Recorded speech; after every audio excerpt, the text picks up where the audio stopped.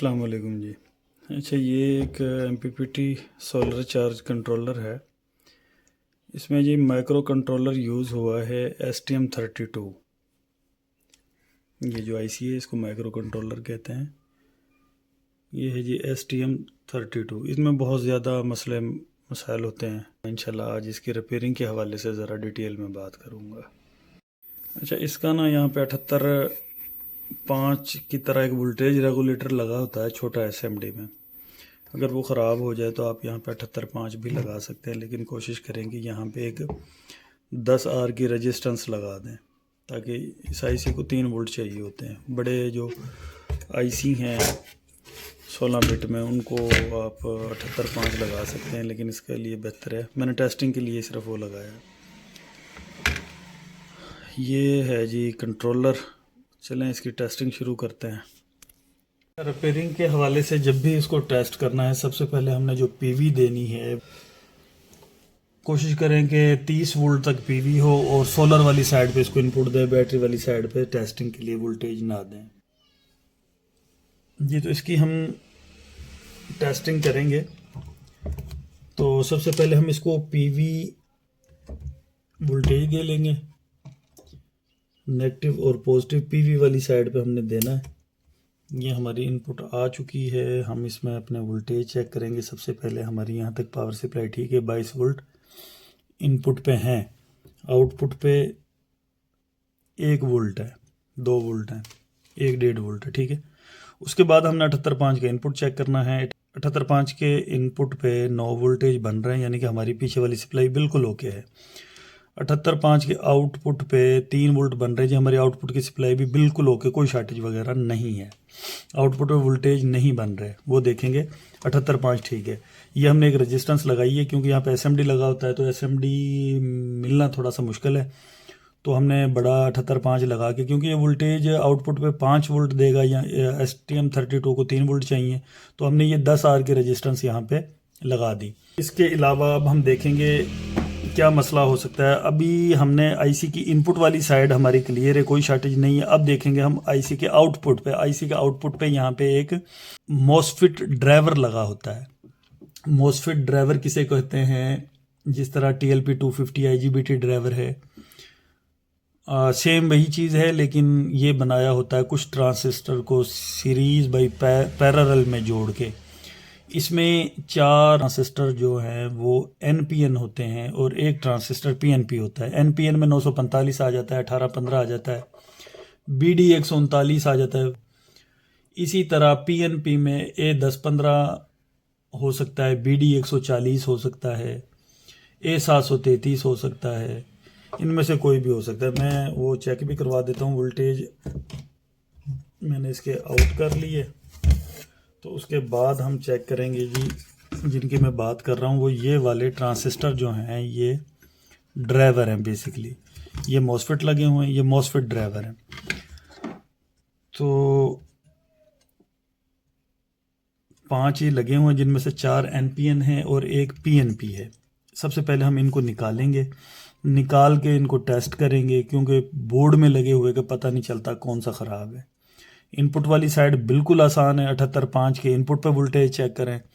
अगर 7 वोल्ट से ऊपर हैं तो इनपुट वाली साइड पे कोई मसला नहीं है। आउटपुट पे चेक करें।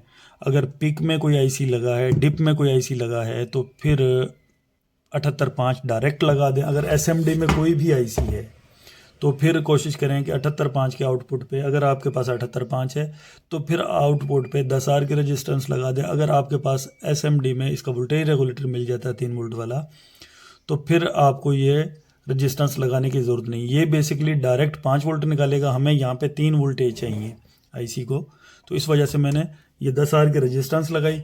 जो एक्स्ट्रा वोल्टेज है वो इसने कंज्यूम कर दी। तो मैं ये निकाल लेता हूँ, तो इंशाल्लाह फिर इसको टेस्ट करते हैं।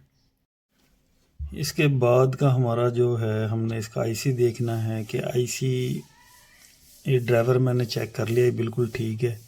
इसमें से कोई भी ट्रांजिस्टर ख़राब नहीं है। यहाँ पे भी आप बाइसिंग इस तरह से चेक कर सकते हैं, कुछ वोल्टेज बन रहे हैं, नहीं बन रहे। तो यहाँ पे कुछ भी वोल्टेज नहीं बन रहे, 0 0 है, तो मतलब यहाँ पे बाइसिंग नहीं आ रही।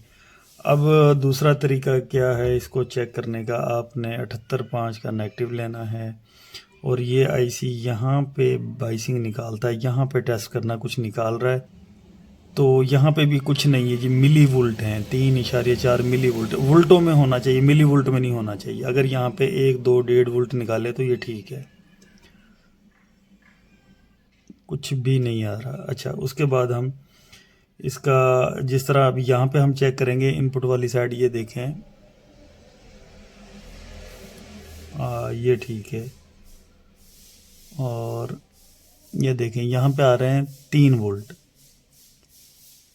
और ये इसकी इनपुट साइड है, ये भी इसकी इनपुट पॉजिटिव है, 3 वोल्ट हैं। आउटपुट में यहाँ पे 3 वोल्ट हैं, ये भी इनपुट है। अच्छा, आउटपुट वाले पॉइंट ये हैं, यहाँ पे देखें मिली वोल्ट, और यहाँ पे देखें मिली वोल्ट, यहाँ पे देखें millivolt, millivolt, milli volt.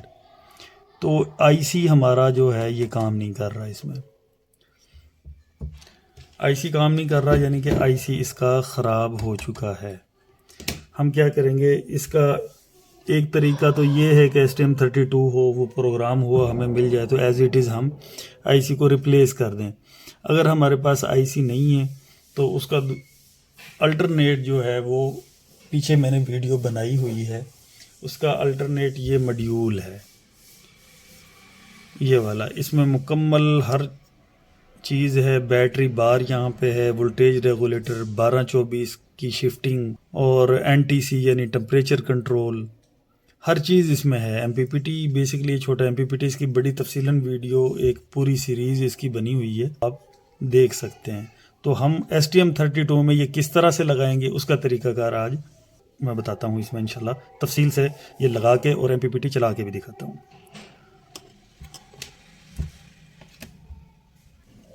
सबसे पहले हम इसमें से एक जो हमने PV दी है उसको हटा लेंगे, उसके बाद हम इसके 78.5 को रिमूव करेंगे।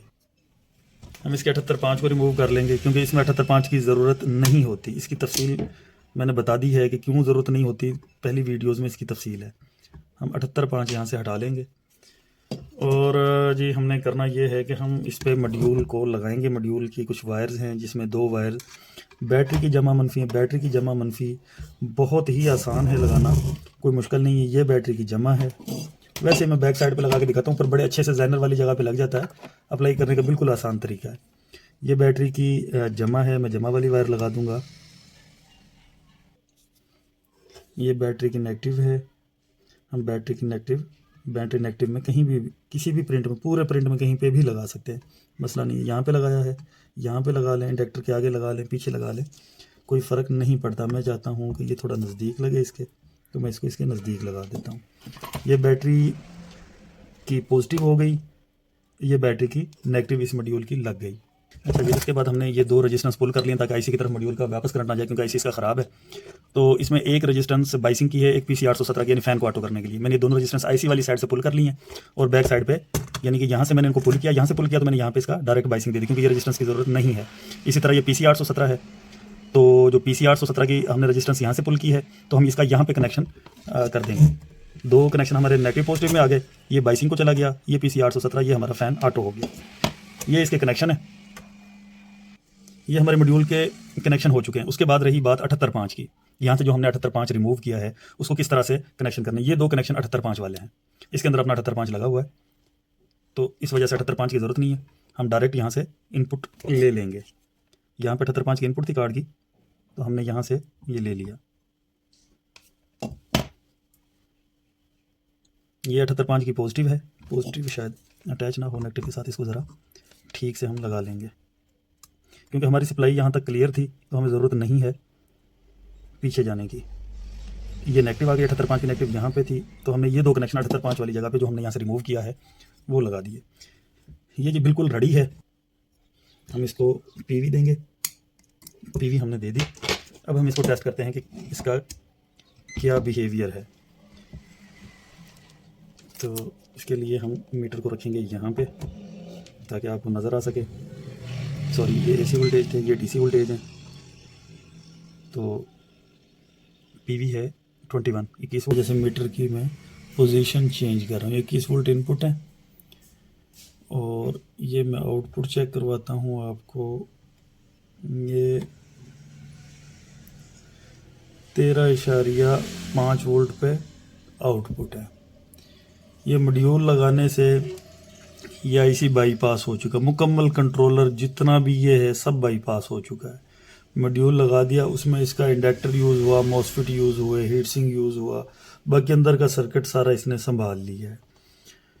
तो ये एक मॉड्यूल लगाने की वैसे मैंने तफसीलन वीडियो बनाई हुई है, लेकिन STM32 में किस तरह से लगाएंगे, STM32 का ज़्यादा इशू है, तो उसके लिए मैंने ये वीडियो बनाई है। ये इनपुट वोल्टेज है। मैं ज़रा कार्ड को थोड़ा आगे कर लूँ।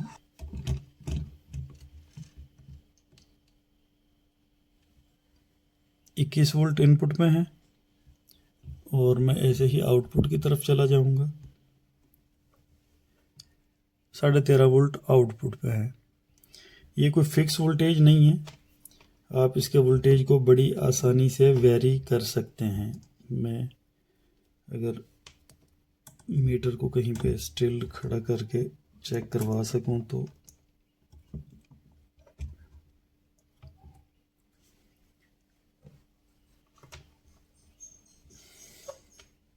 साढ़े 13 वोल्ट है।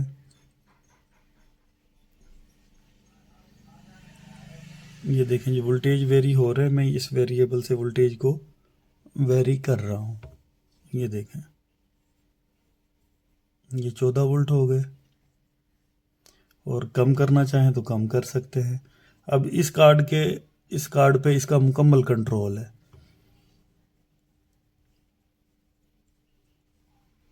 ये देखिए 11 तक नीचे आ गए।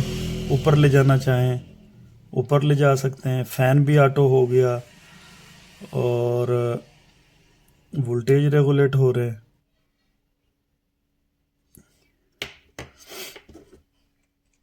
मज़ीद हम इसके वोल्टेज को 14 पे करके छोड़ दें। ये 14 वोल्टेज हो चुके हैं। इसको हम टेस्ट करेंगे 24 वोल्ट पे। किस तरह से करेंगे? 24 वोल्ट पे करने के लिए हमें ज़रूरत पड़ेगी एक जंपरिंग की। अब 24 वोल्ट पे इसको शिफ्ट करने के लिए अभी 12 वोल्ट पे सेटिंग थी, अब 12-24 का यहाँ पे जैक है। हम इसमें सबसे पहले हमने इसकी पीवी ऑफ करनी है। अभी वोल्टेज इसके ख़त्म हो गया, मतलब पीवी ऑफ है। पीवी ऑफ करने के बाद या तो यहाँ पे स्विच लगा लें या यहाँ पे जंपरिंग डाल दें। ये मैंने एक जंपरिंग डाली, ये आगे से वायर्स मिली हुई हैं। हम इस मॉड्यूल को दोबारा रख देते हैं और इसको इनपुट पीवी देंगे। तो इनपुट पीवी हमने इसको दे दी। ये 24 वोल्ट 25 वोल्ट पे शिफ्ट हो चुका है। सिर्फ ये जंपरिंग है, यहाँ पे स्विच लगा लें, कुछ भी लगा लें। अब ये मॉड्यूल में मुकम्मल इसका कंट्रोल है। ये 25 वोल्ट पे शिफ्ट हो चुका है और अगर हमने 12 पे करना है, हम दोबारा से इसकी पीवी को ऑफ करेंगे। ये पहले हम इसका जंपर निकाल लेंगे जो हमने अभी किया है। पीवी ऑफ करके भी निकाल सकते हैं और वैसे भी निकाल सकते हैं, लेकिन ये शिफ्ट तब तक नहीं होगा जब तक हम इसकी पीवी को ऑफ करके दोबारा ऑन नहीं करेंगे। 25 वोल्ट है, ये जंपर हमने दोबारा से निकाल दिया, यानी कि 12 वोल्ट पे हो गया। अब हम इसको दोबारा से पीवी को ऑफ करेंगे। ये वोल्टेज नीचे जाने स्टार्ट हो गए, यानी पीवी ऑफ हो गई। एक दफ़ा 0-0 हो जाए। ये जी अभी वोल्टेज में है, जब मिली वोल्टेज में आ जाए यानी कि अभी आपको आइडिया हो जाएगा कितना टाइम इसको देना चाहिए। ये मिली वोल्टेज में आ चुका है। हम इसको दोबारा से ऑन करेंगे। दोबारा से ऑन करने के ये दोबारा हमने इसको पीवी दी। पीवी देने के बाद और ये वोल्टेज 14 पे आ गए। ये इसका मॉड्यूल लगाने का तरीका, STM32 को बाईपास करने का तरीका समझ लें। NTC इसकी यहाँ पे लगेगी। NTC लगाने के बाद आप इसको मुकम्मल MPPT की जगह पे यूज़ करते हैं। बैटरी बार यहाँ पे लग जाएगा। अगर आपकी डिस्प्ले में बैटरी बार का ऑप्शन है तो वो यहाँ पे लगा लें। 12-24 यहाँ पे आ गया। ये मॉड्यूल की वैसे भी मैंने रिव्यू और कनेक्शन दूसरे आम बड़े मॉडल में जिसमें पिक IC लगता है 883, उसमें भी इसकी सारी डिटेल बनाई थी, लेकिन ये STM32 के लिए मैंने वीडियो बनाई है क्योंकि STM का ज़्यादा इशू होता है। STM IC मिलना मुश्किल है, अगर मिल जाए तो फिर उसको प्रोग्राम करके चलाना और इस तरह के मामलात काफ़ी कॉम्प्लिकेटेड होते हैं। MPPT जो चल रहा है उसको आप ये इस मॉड्यूल के ज़रिए रिपेयर कर सकते हैं बड़ी आसानी के साथ। हम इसके कनेक्शन ओपन कर लेंगे, क्योंकि ओपन इस वजह से करने लगेंगे कि इसके कनेक्शन हम अब सही तरीके से करेंगे, यानी कि इसके कनेक्शन हम अब ऊपर वाली साइड से करेंगे ताकि ये ज़रा खूबसूरत लगे।